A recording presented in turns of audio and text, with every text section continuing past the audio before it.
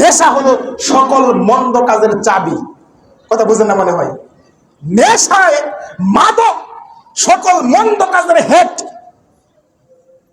এই নেশা যদিও অনেক বড় অপরাধ, শিরিক, যে শিরিক করবে তাও না করে সে জাহান্নামে যাবে, একথাই ঠিক। যে ব্যক্তি সুদ খাবে সে তার অপরাধ, সে কবিরা গুনাহ করলো, তার শাস্তি আছে। কিন্তু যে ব্যক্তি মাদক দ্রব্য সেবন করলো, মাদকতা নেশা করলো, মাদক দ্রব্য সেবন করলো, রাসূল সাল্লাল্লাহু আলাইহি ওয়াসাল্লাম বলছেন ফাইন্নাহু রাসু কুল্লা ফাহিশাতিন। এর নেশা হলো, মাদক হলো, ইয়াবা, ফেন্সিডিল, গাঁজা হলো, জর্দা হলো, পাতা হলো, গুল হলো, তামাক হলো, বিড়ি হলো, সকল মন্দ কাজের হেডমাস্টার। আউযুবিল্লাহ বলেন। সকল মন্দ কাজের ঘটানোর দেখেন কয়েকদিন আগে, গত সপ্তাহের গত জুমার আগের দিন বৃহস্পতিবার আমাদের ময়মনসিংহে একটা অপ্রীতিকর ঘটনা ঘটে গেল। এক যুবক তার মোবাইলে জুয়া খেলায় আসক্ত হয়ে, মাদক সেবন করে, জুয়া খেলায় আসক্ত হয়ে মোবাইল ফোনে তার মা বাবার কাছে টাকা চেয়েছিল, মা বাবা টাকা দেয় নাই। যার ফলে ওই যুবক তার এই হাত দিয়ে তার মা বাবাকে মেরে হত্যা করে ঘরের মেঝের মধ্যে পুঁতে দিয়েছে। নাউজুবিল্লাহ বলেন। অত্যন্ত দুঃখজনক, ন্যাক্কারজনক ঘটনা।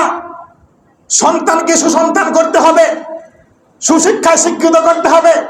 বড় ডাক্তার বানাবেন এটা বলেন নাই, ইঞ্জিনিয়ার বানাবেন এটা বলেন নাই। আপনাকে অবশ্যই তাকে দ্বীনি শিক্ষায় অন্তর্ভুক্ত করতে হবে।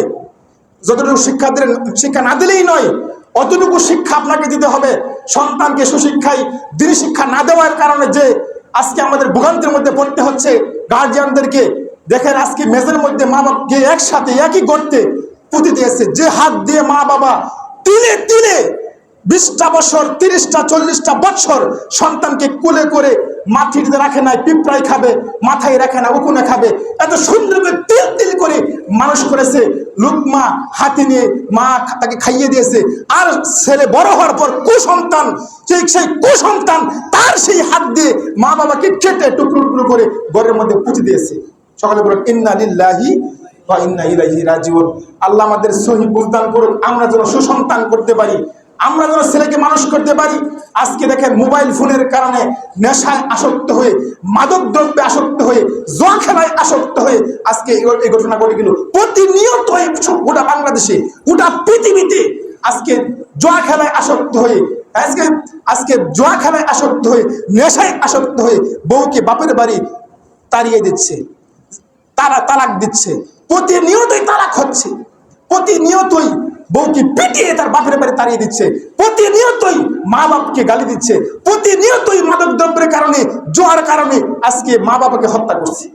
সম্মানিত সুধীবৃন্দু, তাহলে আমি আজকে বোঝাচ্ছিলাম আপনাদেরকে, গুনার জগতে সবচেয়ে বড় বলা যায়, সবচেয়ে ভয়ানক গুনাহ হলো যে গুনাহটা মানুষ কি করে, যে পাপটা মানুষকে সকল মন্দ কাজ ঘটানোর চাবি, সেটা হলো ফাইন্নাহু রাসাকুল্লাহ ফাহিশাতিন। সকল মন্দ কাজের হেড হলো এই মাদক দ্রব্য সেবন করা। সম্মানিত সুধীবৃন্দু, আল্লাহ রাব্বুল আলামিন কুরআনুল কারীমের 5 নম্বর সূরা মাঈদা 91 নম্বর আয়াত, ইন্নামা ইউরিদু শাইতান আইয়ুকিয়া বাইনাকুম আদাওয়াতা ওয়াল বাগদা ফিল খামরি ওয়াল মাইসির। এখানে আল্লাহ বলতেছেন যে শয়তান মানুষকে, মনে করবেন না যে আমার সাথে কোনো শয়তান নেই, আমি 5 ওয়াক্ত নামাজ পড়ি, আমার কাছে আবার শয়তান কিসের? শয়তান কিন্তু প্রত্যেকের কাছে আছে কি আছে না? প্রত্যেকের পেছনে লাগা তার দায়িত্ব। এটা আল্লাহর কাছ থেকে চেয়ে নিছে, আমি তোমার বান্দাদেরকে কি করব, আমাকে এবার ক্ষমতা দাও যে আমি শিরাই শিরাই চলতে পারি। মাজরার দাম। অনেক ভাইয়েরা মসজিদে শয়তান আসতে পারে বিশ্বাসই করে না, আছে কি আছে না? অনেক ভাইয়েরা বলে মসজিদে আবার কিভাবে শয়তান আসে? মসজিদ না, মাজরার দাম, দাম মানে রক্ত।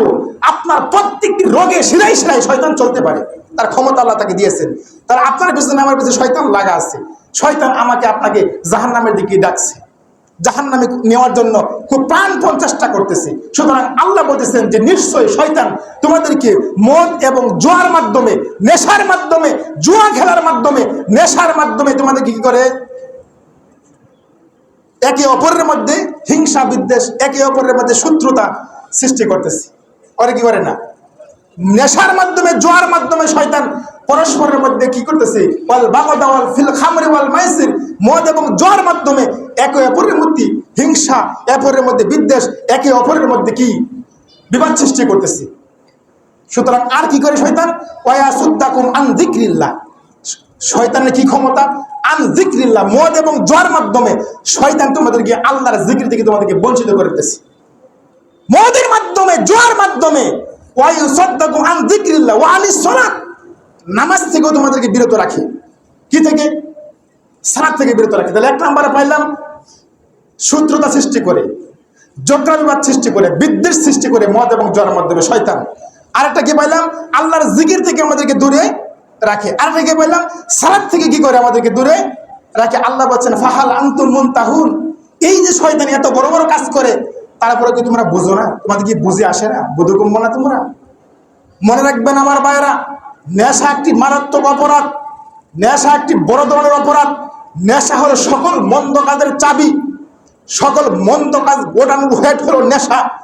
এজন্যই বিশ্বনবী মুহাম্মদ সাল্লাল্লাহু আলাইহি ওয়াসাল্লাম যখন মক্কাতে ছিলেন, প্রথমে একটি আয়াত আল্লাহ রাব্বুল আলামিন মদ, নেশা, গাঁজা হারাম হওয়ার ব্যাপারে একটা আয়াত নাজির করলেন। এই আয়াতটা আসার পরেও অনেকেই মদ পান করে, অনেকেই নেশা করে। এরপরে 2 নম্বরে বিশ্বনবী মুহাম্মদ সাল্লাল্লাহু আলাইহি ওয়াসাল্লাম যখন মদিনায় আগমন করলেন, মদিনা যাওয়ার পরে একদল লোক এসে মুহাম্মদ সাল্লাল্লাহু আলাইহি ওয়াসাল্লামকে বলেন, মুহাম্মদ সাল্লাল্লাহু আলাইহি ওয়াসাল্লাম আপনি আমাদেরকে নেশার ব্যাপারে বলুন, জুয়া খেলার ব্যাপারে বলুন। তাকে প্রশ্ন করলেন। তখন প্রশ্ন করার সাথে সাথেই আল্লাহ রাব্বুল আলামিন কুরআনুল কারীমের 2 নম্বর সূরা, সূরা বাকারা 219 নম্বর আয়াত নাযিল করলেন। কি? ইয়াসআলুনাকা আনিল খামরি ওয়াল মাইসির কুল ফিহিমা ইসমুন কাবীরুন ওয়া মানাফিউ লিন-নাস। মুহাম্মদ সাল্লাল্লাহু আলাইহি ওয়াসাল্লাম, লোকেরা আপনাকে নেশার ব্যাপারে প্রশ্ন করবে, জুয়া খেলার ব্যাপারে প্রশ্ন করবে, নেশার ব্যাপারে, মাদকের ব্যাপারে জিজ্ঞেস করবে, প্রশ্ন করবে। কুল, আপনি বলুন, ফিহিমা ইসমুন কাবীরুন, এটা বড় পাপ। কাবীরুন অর্থ কি বুঝেন না? কাবীরুন মানে বড়, এটা বড় পাপ, এটা বড় অন্যায়। ইসমুন কাবীরুন ওয়া মানাফিউ লিন-নাস, এটা মানুষের উপকার করতে পারে না। মদ কি উপকার করে? এটা অপকার, উপকারের সাথে অপকার করে, ক্ষতিটা বেশি করে। পরপর 2টা আয়াত নাযিল হয়ে গেল। এবার রাসূল সাল্লাল্লাহু আলাইহি ওয়াসাল্লামের প্রিয় সাহাবী আব্দুর রহমান ইবনে আওফ রাদিয়াল্লাহু তাআলা আনহু কয়েকজন সাহাবীদেরকে তার বাড়ির দাওয়াত দিলেন, তার বাসায় দাওয়াত দিলেন। দাওয়াতি মেহমানদেরকে পোলাও, গোশত, বিভিন্ন ধরনের খাবার খাওয়ালেন। খাবার দাওয়ার শেষে শরবত দিলেন। ওই সাহাবী জানতেন না আমার এই শরবত 2 দিন 3 দিন হয়ে গেছে, এটার মধ্যে নেশা এসে গেছে। উনি ভুল ক্রমে, সবাই এখনকার যুগে দেখেন না, বিয়ে শাদীতে খাবার দাবার শেষে কি দেয়? পেপসি দেয়, আস্তিকুলা দেয়, ঠান্ডা দেয়। তো সাহাবী কি করলেন? শরবত দিলেন। তিনি জানতেন না, বুঝেন নাই, মানে তার ভুলে গেছে যে এইটার মধ্যে নেশা এসে গেছে, 2-3 দিন হয়ে গেছে, নেশা এসে গেছে, এটা বুঝতে পারেন নাই। তো সবাই শরবত খেলেন, সবাই তৃপ্তি সহকারে খেলেন। খাওয়া দাওয়ার পরেই শুরু হয়ে গেল মস্তিষ্কের জ্ঞানের বিকৃতি ঘটে গেলেন, আবল তাবল বলা শুরু করলেন। তখন মাগরিবের সালাতের সময় হয়ে গেল। আলী রাদিয়াল্লাহু তাআলা আনহু মাগরিবের সালাতে দাঁড়িয়ে গেলেন, ইমামতি করতেছেন। সালাতের মধ্যে সুন্দর করে সূরা ফাতিহা পড়লেন, কোনো অসুবিধা হলো না। যখন আরেকটা সূরা মিলাইলেন, সূরা কুল ইয়া আইয়ুহাল কাফিরুন, এই সূরাটা মিলাইলেন। যখন লা আ'বুদু মা তা'বুদুন, লা আ'বুদু পড়ছে কি? আ'বুদু মা তা'বুদুন, লাম বাদ দিছি। মানে এরকম কিছু হযফ কইরা, বাদ দিয়া, এলোমেলো করে সালাত পড়ে ফেলছেন। আল্লাহ রাব্বুল আলামিন লক্ষ্য করলেন, কুরআনুল কারীম এভাবে পড়লে কোরআন কুফরি হবে, কোরআনের মর্যাদা নষ্ট হবে, খাটো হবে। সুতরাং সঙ্গে সঙ্গেই আল্লাহ রাব্বুল আলামিন কোরআনুল কারীম 5 নম্বর সূরা সূরা মাইদা 43 নম্বর আয়াত নাযিল করলেন, ইয়া আইয়ুহাল্লাযীনা আমানু লা তাকরাবুস সালাতা ওয়া আনতুম সুকারা। সকলে সুবহানাল্লাহ বলেন। আল্লাহ রাব্বুল আলামিন বললেন, ও ঈমানদাররা, বিশ্বাসীরা, লা তাকরাবুস সালাত, সালাতের কাছে দাঁড়িয়ে যেও না, সালাত পড়িও না। এখন আমাদের গোটা বাংলাদেশে কিছু পীর ফকির আছে কি আছে না? পানির তলে বাতি জ্বলে, বাউ বাতাসে নিবে না, আমার বাবার মুরিদ হলে নামাজ রোজা, নাউজুবিল্লাহ বলেন। পানির নিচে মোমবাতি, বাউ বাতাসে নিবে না, ল্যাংটা বাবার মুরিদ হলে নামাজ রোজা লাগে না, নাউজুবিল্লাহ বলেন। এই ধরনের পীর ফকিররা ফতোয়া দেয়, দলিল দেয়। কুরআনুল কারীমের সূরা নিসার, সূরা মাইদার এই 43 নম্বর আয়াত আল্লাহ বলছে, ইয়া আইয়ুহাল্লাযীনা আমানু, হে ঈমানদাররা, লা তাকরাবুস সালাত, নামাজ পড়িও না, নামাজের কাছে দাঁড়িয়ে যেও না। কিন্তু পরে কি অংশ বলছে, পরে কি বলছে, এটা কি বলে, এটা গোপন রাখে। এই পীর ফকিররা এত মারিফত তরিকতের একটা লোক আছে, কিছু লোক আছে, এরা এত মানে কি বলেন, মানে এমন কিছু কারিশমা দেখায়, ওইটুকু বাদ দিয়া তারা দলিল দেয় যে নামাজ পড়ার দরকার নাই। দুই ফিরে মুড়ি ধরে দুই ফিরে ফিরে কি করবে, দুই হাতে ধরে পার করে দিবে। এরকম অনেক পীররা আছে বাংলাদেশে।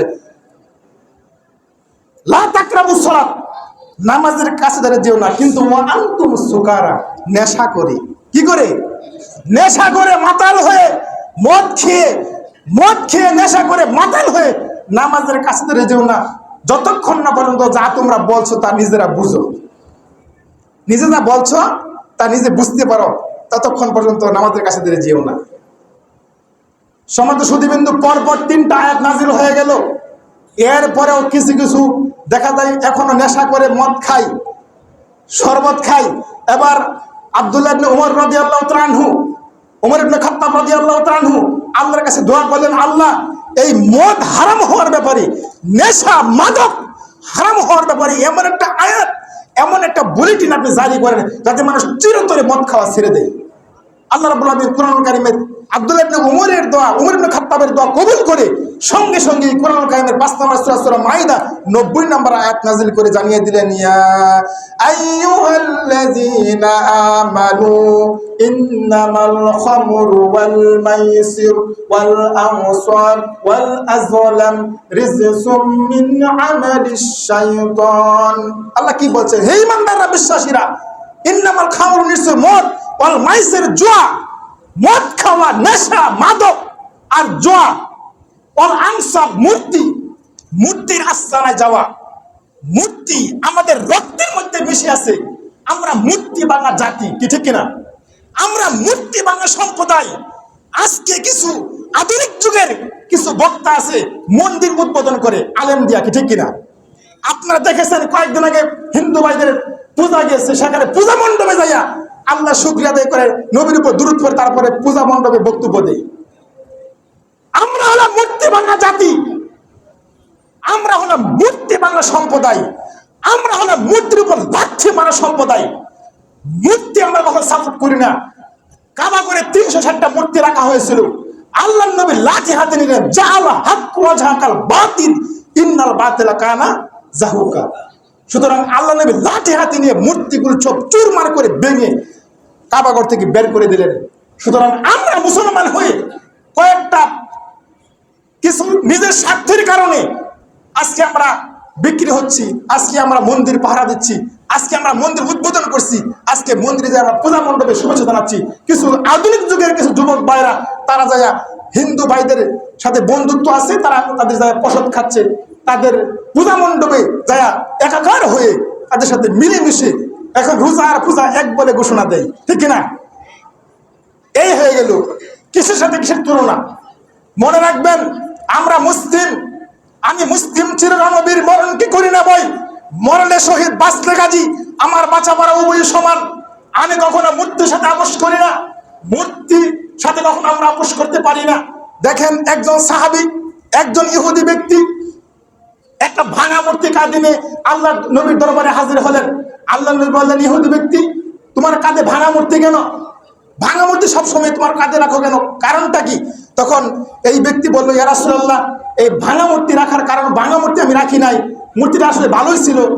এই মূর্তির প্রতি আমার অগাধ বিশ্বাস, মূর্তি আমাকে বিপদ থেকে রক্ষা করবে, মূর্তি আমাকে বাঁচাবে, আমি সমস্যায় পড়লে, বিপদে পড়লে মূর্তি আমাকে বিপদ থেকে রক্ষা করবে। আমি একদিন, আল্লাহ নবী, আমি একদিন দূরে চলে গেলাম, অনেক দূরে সফরে গেলাম, আমার মূর্তিটা আমার গাছের সাথে হেলান দিয়া, একটা পিলারের সাথে হেলান দিয়ে আমি দূরে চলে গেলাম। যখন আমি আমার প্রয়োজন সেরে আমি আমার মূর্তির কাছে আসি, আয়সা দেখি আমার মূর্তির নিচ দিয়া, তল দিয়া ফোঁটা ফোঁটা করে পানি পড়তেছে। তখন আমি মনে করলাম নিশ্চয়ই কোনো পবিত্র পানি, নিশ্চয়ই কি কোনো পবিত্র পানি মনে হয়, যেহেতু মূর্তির প্রতি আমার অগাধ বিশ্বাস, মূর্তি আমার বিপদ থেকে রক্ষা করবে। তখন আমি একটু জিহ্বাটা বের করে চাটুন দিয়ে দেখলাম যে কিরকম নুননা নুননা লবণের মতো লাগতেছি। তখন আমি তাই দিয়ে করে তাকিয়ে দেখলাম যে কুকুরটা কেবলমাত্র প্রস্রাব করে, কুকুরটা ওদিকে চলে যাচ্ছে, কুকুরে প্রস্রাব করছে। তখন এই লোকটা, এই ইহুদি ব্যক্তি, এই মূর্তির প্রতি এমন ভুল ধারণা আসলো যে না, যারে সারা জীবন পুষলাম, সারা জীবন সঙ্গে রাখলাম, এই মূর্তি নিজেকে নিজে রক্ষা করতে পারে না, নিজেকে নিজেকে সেভ করতে পারে না, এই মূর্তি আমি বিপদে পড়লে কিভাবে আমাকে রক্ষা করবে? বুঝেন না কথা? এই মূর্তির সামনে কলা জিলাপি রাখলে খাইতে পারে না, আপেল রাখলে খাইতে পারে না, পানি খাইতে পারে না, এবং কি মূর্তির গায়ে মশা মাছি বসলে মশা মাছি সরাইতে পারে, দৌড়াইতে পারে না। এই মূর্তির মধ্যে আমার কিসের বিশ্বাস?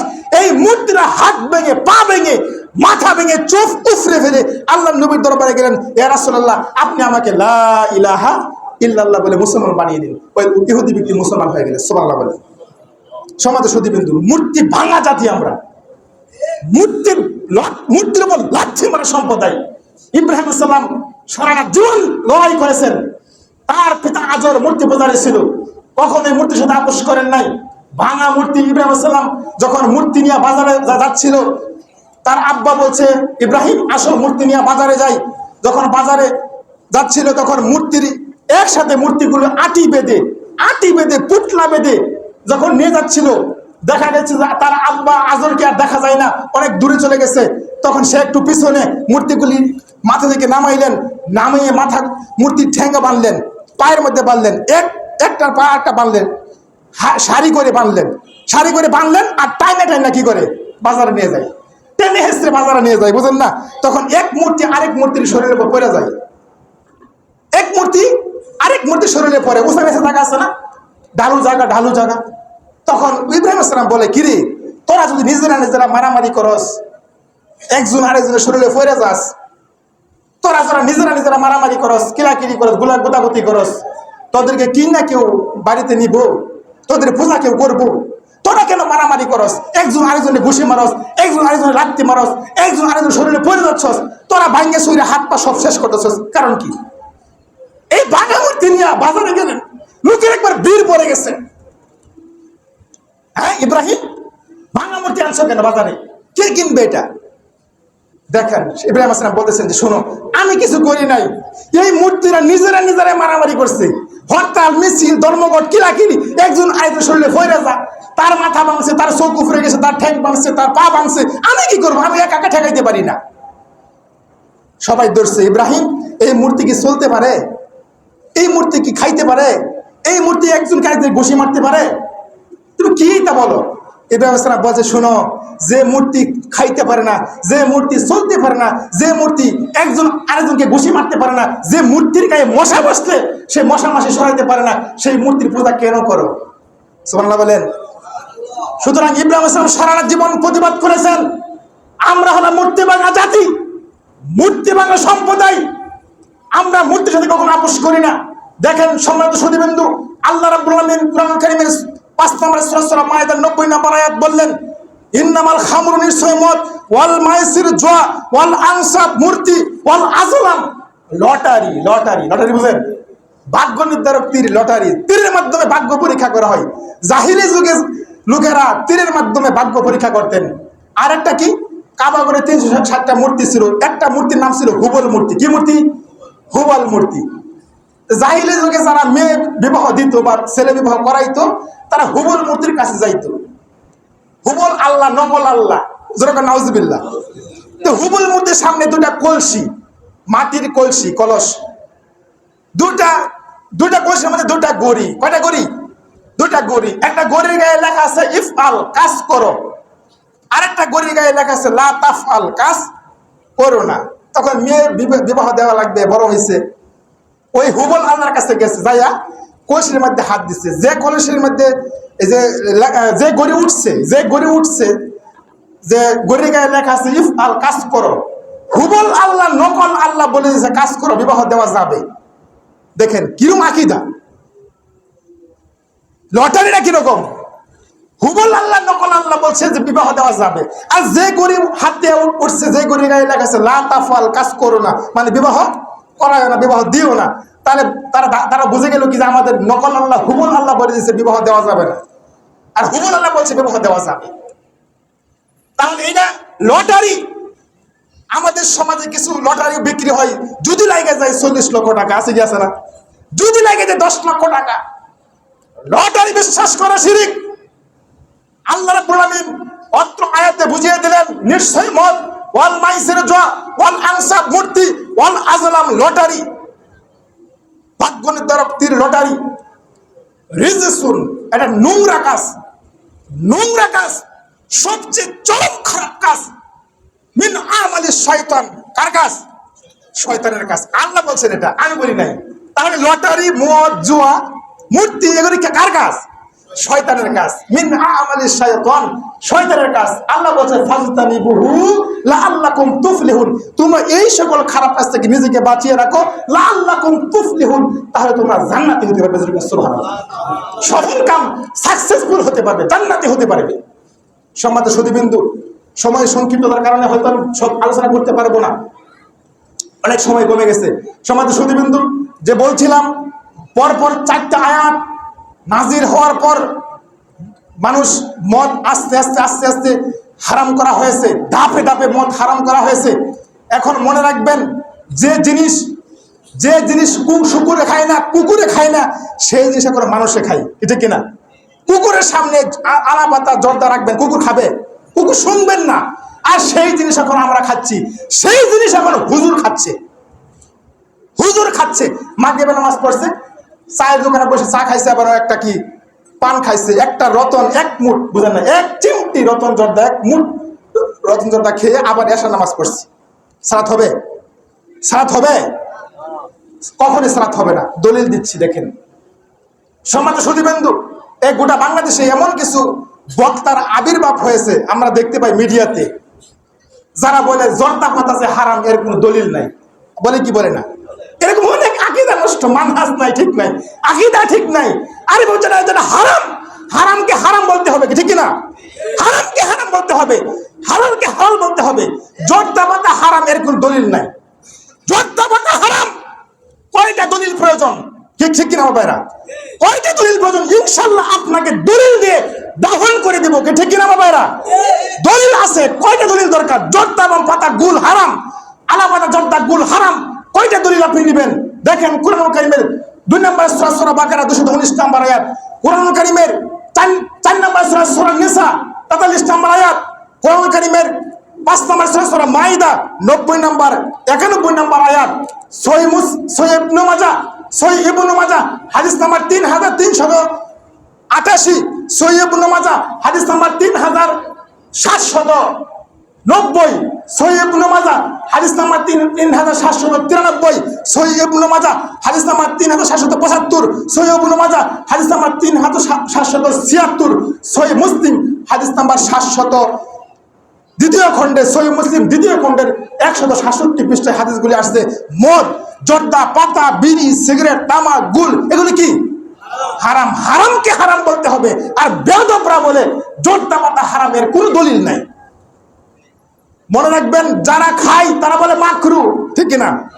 আলেমদের মধ্যে অনেক আমার বেজার আছে, তারা বলে কি মাকরু, মকরু। এটা আরে হারামকে হারাম বলবেন, হারামকে হারাম বলতে হবে। দেখেন, আব্দুল্লাহ ইবনে উমর রাদিয়াল্লাহু তাআলা আনহু বলেন, রাসূল সাল্লাল্লাহু আলাইহি ওয়াসাল্লাম বলেছেন, কুল্লু মুসকিরিন খামরুন ওয়া কুল্লু মুসকিরিন হারামুন ওয়া মান মাতা ওয়া ইয়াশরাবুল খামরা ইয়াতমান হুয়া শাবু ফিল আখিরাত। যে ব্যক্তি নেশা করলো, কুল্লু মুসকিরিন খামরুন, কুল্লু মানে প্রত্যেক নেশাদার দ্রব্য হলো খামর, আর প্রত্যেক খামরই হলো কি মদ, প্রত্যেক খামরই হলো হারাম। তাহলে বিড়ি খাওয়া কি বলেন দেখি? বিড়ি খাওয়া, যে বিড়ি খায়, জর্দা যে খায়, সে বিড়ি খুরকে দেখতে পারে না। আবার যে বিড়ি খায় না, সে শুধু জর্দা খায়, সে বিড়ি খুরকে দেখতে পারে। তাহলে বিড়ি আর জর্দা কি দিয়ে বানাইছে?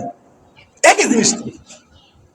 বিড়ি তো টান দিলে পাতা কি ভিতরে যাবে? যাবে না। কিন্তু যারা পাতা ডাক বায়ে খাচ্ছে, ওটা পাতার ভিতরে রস যাচ্ছে। তাহলে বিড়ি খুর দেখতে পারে না কাকে? জর্দা খুরকে। জর্দা খুর দেখতে পারবে না বিড়ি খুরকে। আর দুটোটাই কিন্তু একই জিনিস। মনে রাখবেন, কুল্লু মানে প্রত্যেক। হাদিসের ইবারত বুঝতে হবে।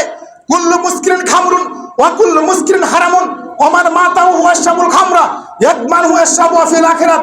যারা দুনিয়ার জীবনে বিন্দু মাত্র জর্দা পাতা, বিড়ি, সিগারেট, তামাক, গুল, ফেন্সিডিল, গাঁজা খেয়েছেন, কিন্তু রাসূল সাল্লাল্লাহু আলাইহি ওয়াসাল্লাম বলছেন ওই লোকগুলি পরকালে জান্নাতে যেতে পারবে না, জান্নাতের গন্ধও পাবে না।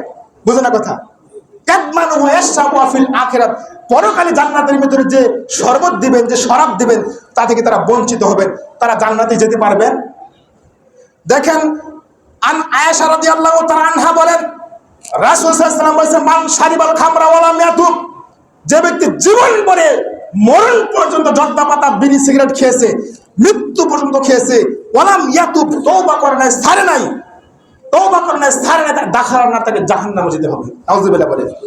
আপনি মৃত্যু পর্যন্ত খেয়েছেন, মরণ পর্যন্ত জর্দা খেয়েছেন, পানের সাথে রতন খেয়েছেন, জর্দা খেয়েছেন, বিড়ি গুল খেয়েছেন, তামাক খেয়েছেন, তওবা করেন নাই, ছাড়েন নাই, মৃত্যু পর্যন্ত খেয়েছেন, আপনাকে জাহান্নামে যেতে হবে।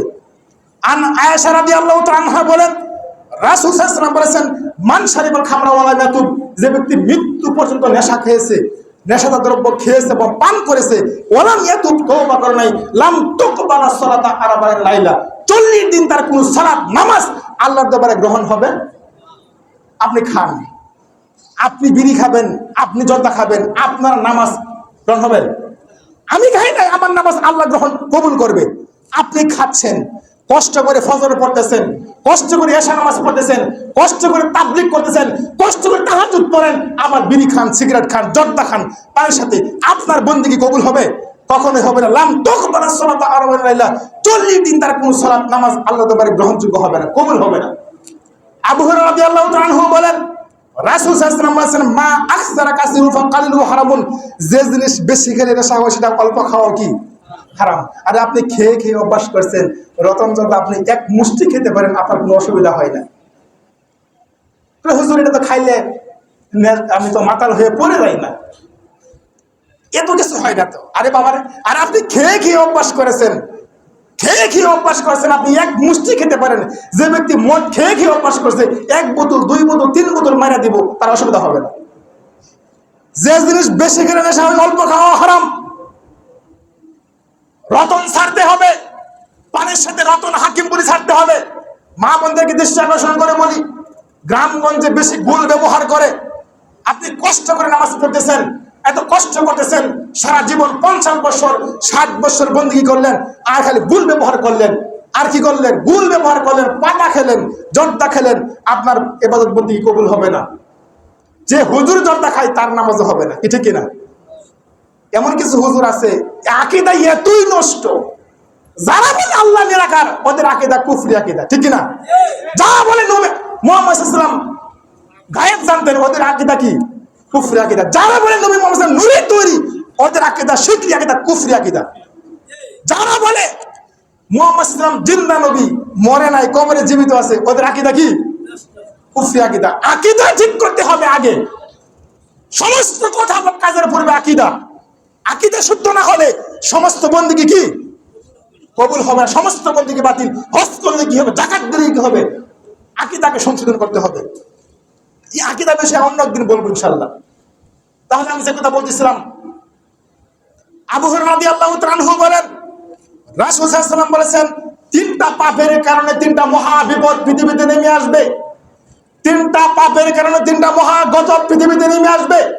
3টা পাপের একটা পাপ হলো ইজা শারিবাল খামরা, যখন পৃথিবীতে মদ পান বেশি হবে, যখন নেশা বেশি হবে, গাঁজা বেশি হবে, ফেন্সিডিল বেশি হবে, জর্দা মাতা বিড়ি সিগারেট বেশি হবে, 3টা গজব পৃথিবীতে তাড়াতাড়ি নাজিল হবে। একটা পাপ গেল। 2 নম্বর পাপ অজহরাতিল কায়নাত, যেদিন মানুষ গায়িকা নিয়ে নায়িকা নিয়ে নাচে গানে মত্ত হবে। দেখেন না, সন্ধ্যার পরে মাগরিবের নামাজ হয়েছে, পড়ছেন, দোকানের পরে বিশাল বড় টেলিভিশন ছাড়া, আপনি দোকানে বসে গেছেন, গায়িকা নিয়ে নায়িকা নিয়ে নাচে গানে মত্ত হয়ে পড়েছেন। মনে রাখবেন, নবী সাল্লাল্লাহু আলাইহি ওয়াসাল্লাম বলছেন, ওয়ালা যহারাতুল কায়নাত, যেদিন মানুষ গায়িকা নিয়ে নায়িকা নিয়ে নাচে গানে মত্ত হয়ে পড়বে, সেদিন 3টা গজব পৃথিবীতে নেমে আসবে। 3 নম্বর পাপ ওয়াজরাবাবিল মুআযাফ, যেদিন মানুষ বাদ্যযন্ত্রের প্রতি দুর্বল হয়ে পড়বে, বাদ্যযন্ত্রের প্রতি আগ্রহ হয়ে পড়বে, সেদিন 3টা গজব পৃথিবী তাড়াতাড়ি নেমে আসবে। 3টা গজবের একটা গজব হলো খাসফুন, পৃথিবীতে ভূমিকম্প হবে। কি হবে? ভূমিকম্প হবে, বেশি বেশি ভূমিকম্প হবে, বেশি বেশি ভূমিকম্প হবে। যদিও আমাদের বাংলাদেশের উপর আল্লাহর খাস রহমত আছে, কি আছে না? অন্যান্য দেশে দেখবেন, ফিলিপাইন বলেন, অন্যান্য দেশে বলেন, এত ভূমিকম্পের চাপ, ভূমিকম্প হয়ে একবার চুর মেচাকার করে দেয়। মনে রাখবেন, আল্লাহর খাস রহমত বাংলাদেশের উপর পাপ বেশি হয়ে গেলে, যে এলাকায় বেশি পাপ হবে, যে এলাকায় মদ গাঁজা বিড়ি সিগারেট বেশি হবে, সে এলাকা ধ্বংস হবে, আল্লাহর গজব নাজিল হবে, খাসকুন পৃথিবীতে ভূমিকম্প হবে, ও মাসকুন মানুষের আকার আকৃতি নষ্ট হয়ে যাবে, ও কাসগুন মানুষের পক্ষ থেকে, কোন জাতির পক্ষ থেকে বা আল্লাহর পক্ষ থেকে যে কোনো ধরনের বিপদ চেপে আসবে। বুঝে না কথা মনে হয়? যে কোনো ধরনের বিপদ চেপে আসতে পারে, মুসিবত আসতে পারে, করোনা ভাইরাস মতো মহা ভাইরাস আসতে পারে পৃথিবীতে। সমাজে সুধীবৃন্দু, আমি জর্দা পাতা খাই নাই, আমি বিড়ি সিগারেট খাই নাই, আপনাকে আল্লাহ ছাড় দিবে। যারা খেয়েছেন তারা তওবা করেন, যদি না তওবা করেন, না ছাড়েন, দেখেন আল্লাহ আপনাকে গাঁট ধরে কি খাওয়াবে। দেখেন সহিহ মুসলিমের হাদিস, আন জাবের রাদিয়াল্লাহু তাআলা আনহু বলেন, রাসূল সাল্লাল্লাহু আলাইহি ওয়াসাল্লাম বলেছেন, ইন্না আলাল্লাহি আহাদা, আল্লাহ তাআলা ওয়াদা করেছেন, আল্লাহর ওয়াদা মিস হয় না, ঠিক কি না? আল্লাহর ওয়াদা কখনো মিস হয় না। আল্লাহ যা ওয়াদা করবেন তাই দিবেন, তাই করবেন। আমরা দুনিয়ার জীবনে মানুষ ওয়াদা করি, ওয়াদা ভঙ্গ করে ফেলি। আল্লাহ তাআলা ওয়াদা করেছেন, ইন্না আলাল্লাহি আহাদা, আল্লাহ তাআলা ওয়াদা করেছেন, আইয়াসকিল্লাহ বিলিমান শারিবাল মুসকির, যারা নিয়মিত জর্দা পাতা বিড়ি সিগারেট তামাক গোল খেয়েছেন তাদের জন্য আল্লাহ ওয়াদা করেছেন, আইয়াসকিল্লাহ, ওদেরকে পান করাবেন, ওদেরকে খাওয়াবেন, ফিতনাতে খাওয়ান। কিলা ইয়া রাসূলুল্লাহ, সাহাবারা বললেন, ইয়া রাসূলুল্লাহ তিনেতে খাবারটা কি? বুঝলাম না, এটা কি কোন চমচম, কোন সন্দেশ নাকি? কি খাওয়াবে আমাদেরকে? রাসূল সাল্লাল্লাহু আলাইহি ওয়াসাল্লাম বললেন যে তিনেতে খাবার হলো জাহান্নামে মানুষ জাহান্নামে থাকতে থাকতে জাহান্নামের শরীরের মধ্যে এরকম ফসা লুটটা বড় বড় গা হবে। কি হবে? থাকতে থাকতে অনেক বড় বড় গা হবে, ওই গা থেকে গরম ফুস আর ফসা রক্ত পড়বে, ফসা রক্ত পড়বে। ওই গরম পুষ আর ফসা রক্ত, জাহান্নামের পচা রক্তগুলি যারা জীবন পরে জর্দা পাতা বিড়ি সিগারেট তামাকগুলো খেয়েছেন, ওদেরকে ফেরেশতা গার ধরে ধরে পচা রক্ত আর গরম পুষ খাওয়াবে। যেরকম নাউজুবিল্লাহ। আপনি পানের সাথে জর্দা খেয়েছেন মজা করে, আপনি খাওয়ার পরে এক বাম হাতে চা খেয়েছেন, ডান হাতে সিগারেট খেয়েছেন, আপনি সিগারেট খাচ্ছেন, আপনি জর্দা পানের সাথে জর্দা খাচ্ছেন, মা বন্ধুরা গুল ব্যবহার করছেন, আপনি খাওয়ার জন্য প্রস্তুত থাকবেন। আমি খাই নাই জর্দা, আমি খাই নাই বিড়ি, আমি খাই নাই মাদক দ্রব্য সেবন করি নাই, আমাকে আল্লাহ খাওয়াবে না। আপনি খেয়েছেন, সারা জীবন খেয়েছেন, আপনাকে ফেরেশতা গাঁট ধরে ধরে জাহান্নামের শরীর থেকে পচা রক্ত গরম পুষ খাওয়াবে। নাউজুবিল্লাহ বলেন। সমাজ সুধীবৃন্দু, অনেক কঠিন এবং জটিল বিষয়, এগুলি ছাড়তে হবে। এগুলি ছাড়লে আপনার জন্য লাভ, আপনার বন্দেগী 100% কবুল হবে, আপনার সালাত 100% কবুল হবে। আর যদি আপনি এগুলি না ছাড়েন, আপনার সালাত আপনার বন্দেগী বাতিল, কোনো কাজে লাগবে না। দেখেন, আব্দুল্লাহ ইবনে ওমর রাদিয়াল্লাহু তাআলা আনহু বলেন, রাসূল সাল্লাল্লাহু আলাইহি ওয়াসাল্লাম বলেছেন, 4 শ্রেণীর লোক জান্নাতে যাবে না, 4 শ্রেণীর লোক জান্নাতে যাবে না, জান্নাতে যাবে না। তার মধ্যে এক, ওয়াল আক, পিতামাতার অবাধ্য সন্তান জান্নাতে। আমার ভাইরা, আমার যুবক ভাইদেরকে দৃষ্টি আকর্ষণ করে বলি, কখনো কোনোদিন পিতামাতার অবাধ্য হওয়া যাবে না, পিতামাতাকে গালি দেওয়া যাবে না। পিতামাতাকে গালি দেওয়া, বকা দেওয়া পৃথিবীর 2 নম্বর অপরাধ। কয় নম্বর অপরাধ? 2 নম্বর অপরাধ। কখনো কোনোদিন পিতামাতাকে সাথে রাগান্বিত হওয়া যাবে না, তাদেরকে গালাগালি করা যাবে না, ওদের কথা অমান্য করা যাবে না। তাই মনে রাখবেন, এক, পিতামাতার অবাধ্য হওয়া, যারা অবাধ্য হবে, অবাধ্য হয়ে চলবে, তারা জান্নাতে যাবে না। 2, কাম মারুন, যারা উপকার করে ক্ষুধাদান করে, আছে কি আছে না? উপকার করে ক্ষুধাদান করে, উপকার করে যারা ক্ষুধা দেয় তারা জান্নাতে যাবে না। ওয়ালা মান্নানুন, আর যারা কি করে? উপকার করে ক্ষুধা দেয়। আরেকটা হলো যারা লটারি বিশ্বাস করে, লটারি যারা বিশ্বাস করে, লটারিতে অংশগ্রহণ করে, ওরা জান্নাতে যাবে। 4 নম্বর হলো ভূতগুলো খামারে তারা নিয়মিত জর্দা পাতা বিড়ি সিগারেট খায়, তারা জান্নাতে যাবে না। আম্মার ইবনে ইয়াসার রাদিয়াল্লাহু তাআলা আনহু বলেন, রাসূল সাল্লাল্লাহু আলাইহি ওয়াসাল্লাম বলেছেন, সালাসালা ইয়াদখুলুনা জান্নাতা আবাদা, 3 শ্রেণীর লোক জান্নাতে যাবে না। 3 শ্রেণীর লোক কোশ্চিনকালে কখনো কোনোদিন জান্নাতে যাবে না। আবাদা, আবাদা মানে কোশ্চিনকালেও যাবে না। তার মধ্যে একটা হলো দাইয়ুস, দাইয়ুস লোক জান্নাতে যাবে না। আমরা কথায় কথায় নারীদেরকে দাইয়ুস বলি, এখন নারীর দায়ুস না, দায়ুস কারা?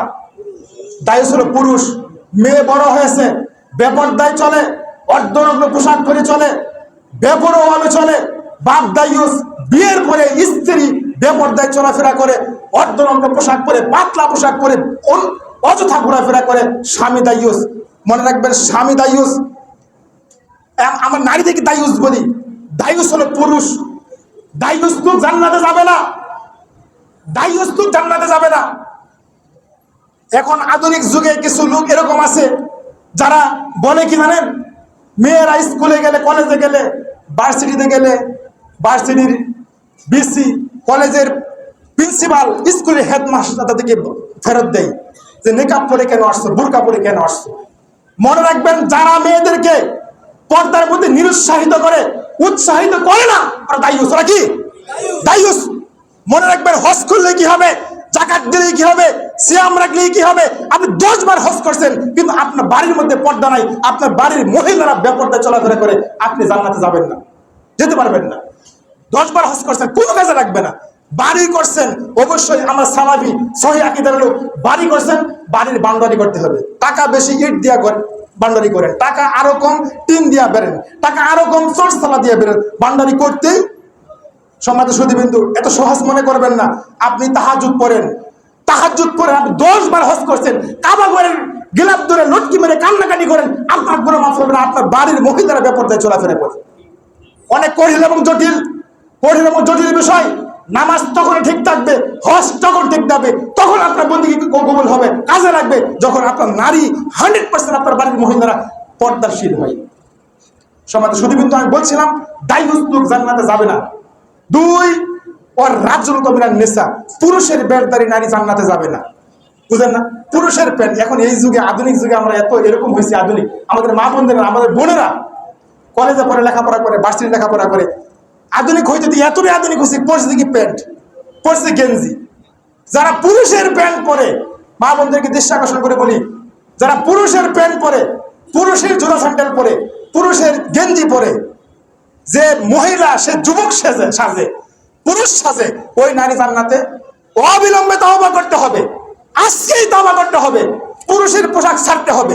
নারীর জন্য কিসের পুরুষের পোশাক অবশ্যই ছাড়তে হবে। আল্লাহ নবী এই জন্যই বলছেন, আবাদা কোশ্চিনকালেও জান্নাতে যাবে না, জান্নাতে যাবে না। একটা হলো যার বাড়ির মধ্যে পর্দা নাই। 2 নম্বর, যে নারী, যে মহিলা, যে মেয়ে পুরুষের বেশ ধারণ করে। 3, মুদমিনুল খামার দ্বারা নিয়মিত জর্দা পাতা, বিড়ি, সিগারেট, তামাকগুলো খায়, ওরা জান্নাতে যাবে না। কঠিন এবং জটিল বিষয়, কঠিন এবং জটিল বিষয়। সময় শেষ করতেছি। আনাস রাদিয়াল্লাহু তাআলা আনহু বলেন, রাসূল সাল্লাল্লাহু আলাইহি ওয়াসাল্লাম বলেছেন, ইন্না মিন আশরাতিস সাআত, কিয়ামতের 6টা আলামত। কয়টা আলামত? কিয়ামতের 6টা আলামত।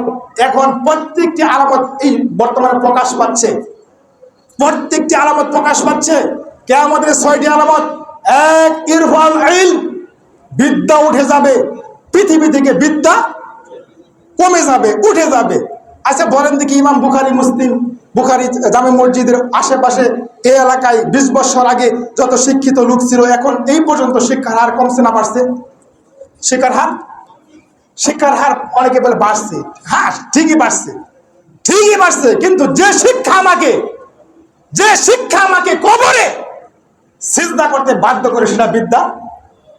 যে শিক্ষা আমাকে মানুষ মারা যাওয়ার সাথে সাথেই 3 দিন, 4 দিন, 5 দিন পরে একটা লিল্লা করতে, কুলখানি করতে বাধ্য করে, সেটা বিদ্যা। এখন মূর্খতা বাড়ছে। যে শিক্ষা আমাকে কবরে, মৃতকমার দরবারে, মাজারে সন্তান সম্পদ চাইতে বাধ্য করে, সেটা বিদ্যা নয়। আল্লাহ নবী বলছেন, ইরফাল ইলম, বিদ্যা উঠে যাবে।